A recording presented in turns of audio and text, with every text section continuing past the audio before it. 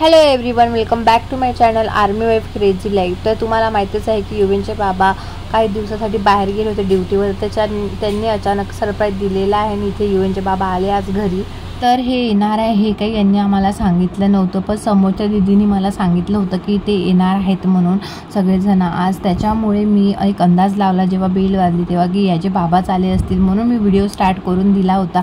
आणि यानंतर जास्त काही व्हिडिओ बनवलेला नाही आहे कारण आम्हाला जायचं आहे बाहेर, त्यासाठी रेडी झालेला आहो। इकडे युवीनचे बाबा आले आणि आल्याबरोबर आम्हाला जायचं आहे गावाला, तर त्यासाठी आज थोडं शॉपिंगला चाललेला आहो। आणि युवी बघायचं रेडी झाला। युवेन शी हाय। तर इथे निघालेला आहो आम्ही मार्केटमध्ये जायसाठी, कॅम्पच्या बाहेर आलेला आहो। तर इथे बघा आल्या कॅमलचं दर्शन झालेलं आहे। तर युवीनचे बाबा आल्याबरोबर सुट्टीवर होणार आहेत आणि सोबतच घरी कामसुद्धा आहे आणि लग्नसुद्धा, त्यासाठी आम्ही घरी जाणार आहे। तर त्यासाठी मला घ्यायचे होते कॉटनचे कॉटसेट घ्यायचे होते। गरमी खूप पडायला लागलेली आहे आणि ट्रॅव्हलिंगमध्ये वगैरे कॉटनचा ड्रेस म्हणजे कॉटसेट पाहिजे होते, त्यासाठी आलेलो। पण माझ्यासाठी काही कॉटसेट मला मिळाला नाही, पण हा मेहंदी कलरचा मला एक छानसा कॉटसेट मिळालेला आहे जो ट्रेडिशनलमध्ये होता। तर घरी लग्नसुद्धा आहे त्यासाठी मला पाहिजेच होता, त्याच्यामुळे मी इथे घेतलेला आहे। तर सगळ्यात आधी माझ्यासाठी घेतलं कारण फिटिंग वगैरे करायला तेच करून देतात तर वेळ लागतो म्हणून, तर ते फिटिंग करायला टाकलेलं आहे आणि अर्ध्या तासांनी ते देणार होते। तेवढ्या वेळात युवीनच्या बाबासाठी सुद्धा एक ड्रेस घेतला, म्हणजे ड्रेस म्हणजे त्यांना गेमसाठी पाहिजे होता, म्हणजे स्पोर्ट पॅन्ट आणि टी शर्ट वगैरे घ्यायची होती त्यासाठी। तर त्यांच्यासाठी पण इथे आम्ही ड्रेस घेत आहे।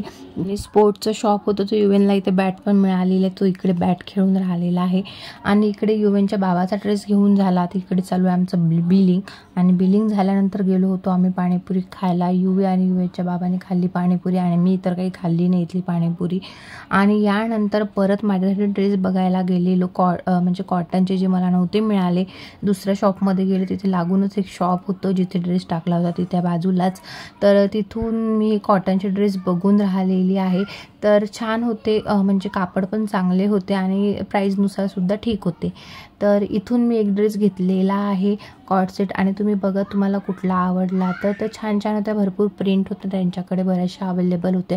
पॅन्ट आणि टी शर्ट जे टॉप होतं सॉरी त्याचे दोन्ही याची प्रिंट सेम होती, पण मी हा घेतलेला आहे ग्रीन कलरचा आणि याला ट्रायसुद्धा करून बघितलेला आहे। तर बघा कसा दिसून राहिलेला आहे। तर आणि एक दुसरा जो होता फेंट कलरचा, तर तो सुद्धा युवीनच्या बाबाला आवडला होता, म्हटलं दोन्ही पण घे, पण तो फेंट जास्तच फेंट वाटत होता मला, घरी डेली वेअरसाठी इतके फेंट ड्रेस नको म्हटलं मला, त्याच्यामुळे काही मी घेतला नाही आणि एकच घेतला, एवढी काही आवश्यकता नव्हती दोन ड्रेसची मला त्याच्यामुळे। तर तुम्हाला कसा वाटत आणि कुठला आवडला कमेंट्समध्ये नक्की सांगा।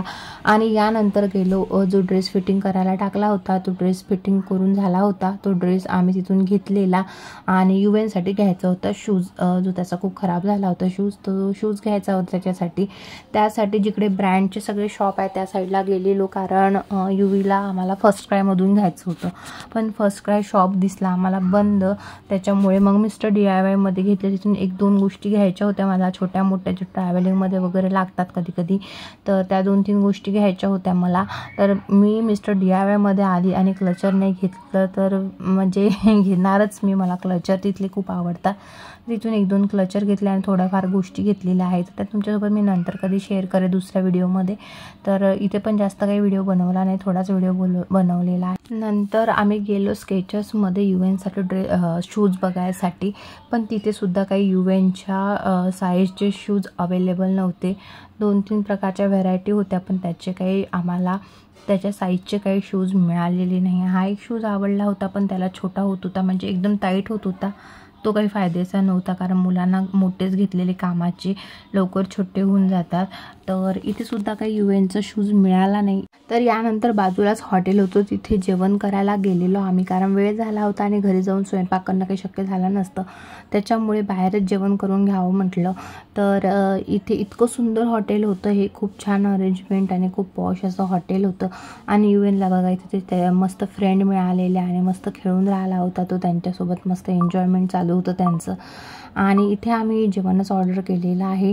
तर बघा किती छान यांनी सलाद वगैरे किती सुंदर दिलेलं होतं, प्रेझेंटेशन खूपच छान होतं या हॉटेलचं। तर आम्ही इथे पंजाबी स्टाईल काहीतरी पनीरची भाजी होती ती ऑर्डर केलेली, त्यानंतर रोटी तंदुरी आणि राईस हे ऑर्डर केलं होतं आणि यानंतर आम्ही जेवण केलं आणि मस्त गेलेलो आणि खरंच खूप छान हॉटेल होतं हे आणि खूप सुंदर टेस्ट होती. तर जेही कोणी कॅम्पमधल्या मैत्रिणी आहे नक्की या इथे विजिट करा. खूप छान हॉटेल आहे, एकदम पॉश. आणि यानंतर आम्ही आता घरी जायला निघालेलो. तर जे मी शॉपिंग केली आहे ते सगळं तुमच्यासोबत मी नेक्स्ट व्हिडिओमध्ये शेअर करणार आहे, कारण आता घरी जाऊन व्हिडिओ करणं शक्य होणार नाही कारण वेळ झालेला आहे. तर या व्हिडिओला आता इथे संपवूया. व्हिडिओ कसा वाटला कमेंट्समध्ये नक्की सांगा आणि चॅनलला सबस्क्राईब करा. भेटूया नेक्स्ट व्हिडिओमध्ये. तोपर्यंत बाय.